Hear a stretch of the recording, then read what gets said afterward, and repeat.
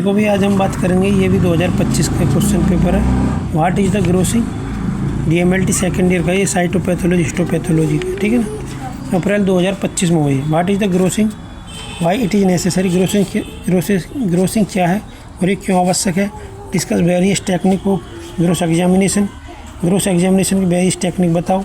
What is the requirement for gross examination, तो हमने शायद पढ़ ली थी। चलो देखते हैं। ग्रोसिंग इज इंस्पेक्शन, ये क्या है, इंस्पेक्शन है। इंस्पेक्शन बोले तो इंस्पेक्शन मतलब देखना हो सकता है। मेजरमेंट नापना, डिस्क्रिप्शन वर्णन करना ऑफ सर्जिकल टिश्यू का बाय ए पैथोलॉजिस्ट, एक पैथोलॉजिस्ट के द्वारा, यूजिंग द नेक्ड आई, जो कि एक नेक्ड आई से करते हैं। It is necessary because it guide tumour staging, ये आवश्यक है क्योंकि ये गाइड करता है ट्यूमर के स्टेज को। मैप आउट सर्जिकल मार्जिन को एंड सिलेक्टनी की areas of the tissue to be made into glass slide for microscopic diagnosis. इसमें से इस टिश्यू में से एक छोटा सा एरिया काट कर माइक्रोस्कोपिक में देखेंगे ग्लास स्लाइड पर रख के। टेक्निक ऑफ ग्रोस एग्जामिनेशन की टेक्निक कौन कौन सी है। Description, the pathologist note the specimen की कलर, वेट, टेक्सचर, उसका कलर बताएगा, वेट बताएगा, टेक्सचर बताएगा, साइज बताएगा। Inking, the outer edge of the tumour are painted with coloured dyes, the outer edge of tumour, अगर किसी टिश्यू में tumour दिखाई दे रहा है तो उसको पेंट कर देगा कलर्ड आई से।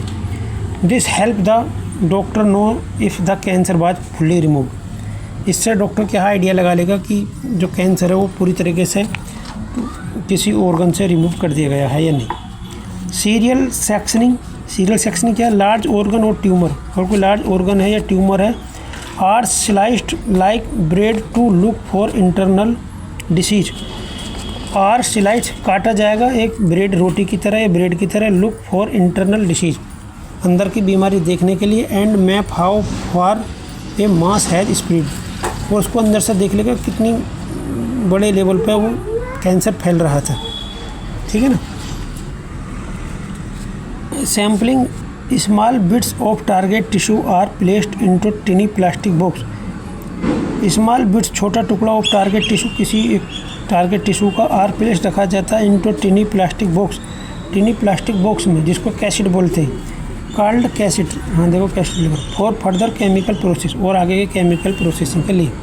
रिक्वायरमेंट्स फॉर ग्रोस एग्जामिनेशन के लिए किस चीज़ की जरूरत होती है। Proper tools, scalpel, scissor, forcep, ruler and so for bone are needed, इन सब चीज़ों की जरूरत होती है टिश्यू को पकड़ के इधर उधर पलटने के लिए। सेफ वर्कर एरिया, ए वेंटिलेटेड ग्रोसिंग स्टेशन, जहाँ तुम ये सब जांच कर रहे हो स्टेशन बोलते हैं उसको, ग्रोसिंग स्टेशन बोलते हैं।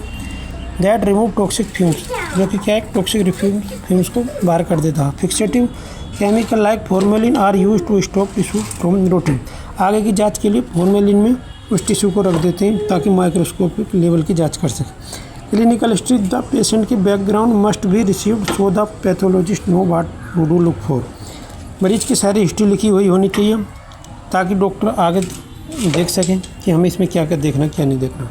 ट्रेंड पर्सनल, स्किल्ड पैथोलॉजिस्ट और पैथोलॉजी के assistant are required to correctly identify sample tissue, एक बढ़िया पैथोलॉजिस्ट की ज़रूरत होगी या उसके अच्छे असिस्टेंट की जरूरत पड़ेगी ग्रोसिंग के लिए, ताकि वो सारी बीमारी वगैरह उसकी देख सकें।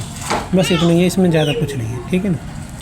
इसमें ग्रोसिंग में क्या क्या जरूरत पड़ती है, डिस्क्रिप्शन की, इंकिंग की, सीरियल सेक्शन की, सैम्पलिंग की, नहीं ये है requirement. Proper tools, safe worker, fixative, clinical history, trend person. अभी वीडियो बंद करते हैं, कल बनाऊंगा, ठीक।